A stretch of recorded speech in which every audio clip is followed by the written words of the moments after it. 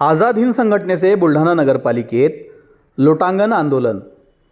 भारतीय स्वातंत्र्य स्मारक अक्षय वटवृक्ष अतिक्रमणाच्या विळख्यातून मोकळा करण्याची मागणी।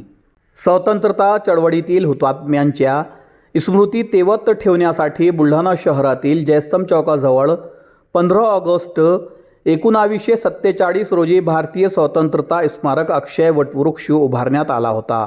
मात्र या ठिकाणी अतिक्रमण झाल्याचे सांगत हे अतिक्रमण काढून स्मारक मोकळे करण्यात यावे यासाठी आझाद हिंद संघटनेचे संस्थापक अध्यक्ष ॲडव्होकेट सतीशचंद्र रोठे यांच्या नेतृत्वात आज 20 जानेवारी रोजी बुलढाणा नगरपालिकेत लोटांगण आंदोलन करण्यात आले। मात्र निवेदन स्वीकारण्यासाठी मुख्याधिकारी उपस्थित नसल्याने त्यांच्या बंद असलेल्या कक्षाला हार आणि निवेदन देत निषेध व्यक्त करण्यात आला।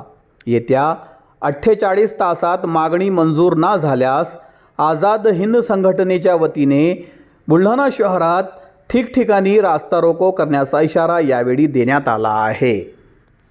बुलढाणा शहरातील जयस्तंभ चौकालगत 15 ऑगस्ट 1947 ला तत्कालीन मध्य प्रदेशचे उपसभापती सी.डी. गुप्ता, तत्कालीन नगरपालिकेचे नगराध्यक्ष डी.सी. गुप्ता, क्रांतिकारक आत्मारामजी पांडे, क्रांतिकारक पंडित कानडे शास्त्री यांच्या प्रमुख उपस्थितीमध्ये भारतीय स्वतंत्रता स्मारक अक्षय वटवृक्ष क्रांतिकारकांच्या स्मृती तेवत ठेवण्यासाठी क्रांतिकारकांनी ज्या रक्तरंजित क्रांती केली त्याचा त्याग समर्पण येणाऱ्या पिढ्यांना समजला पाहिजे यासाठी त्या ठिकाणी त्या स्मारकाची स्थापना केली आणि त्या ठिकाणी स्वतंत्र भारताचं पहिलं ध्वजारोहण झालं। असं असताना नगरपालिकेत त्याचा ठराव घेण्यात आलेला आहे। नगरपालिकेत ठराव घेऊन तिथल्या कामाची वर्क ऑर्डर काढलेली आहे, तिथं जाळी बसवण्याची वर्क ऑर्डर काढलेली आहे आणि ठराव घेऊन ते स्मारक सौंदर्यीकरण सुशोभीकरणासाठी आम्हाला आझाद हिंद संघटनेला आजच्या 15 वर्षापूर्वी देण्यात आलेलं आहे।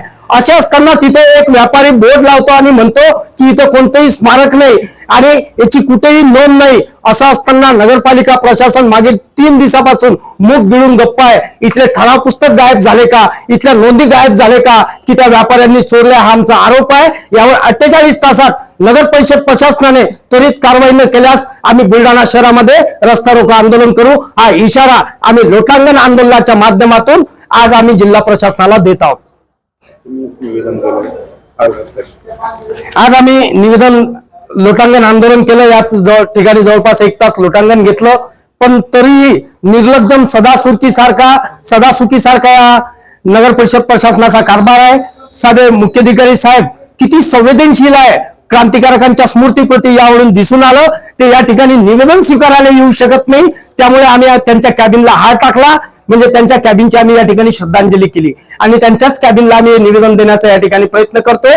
कारण या नगरपालिकेतले डॉक्युमेंट चोरी गेलेले आहे, गहाळ करण्यात आलेले आहे, म्हणून ते समोरासमोर येऊन निवेदन स्वीकारू शकत नाही आमचा आरोप आहे। हे 48 तासात त्यांनी याची त्वरित दखल न घेतल्यास आम्ही रस्ता रोको करू आणि त्याची संपूर्ण जबाबदारी नगर परिषद प्रशासन मुख्याधिकारी गणेश पांडे साहेब यांची राहील हा इशारा आम्ही देत आहोत।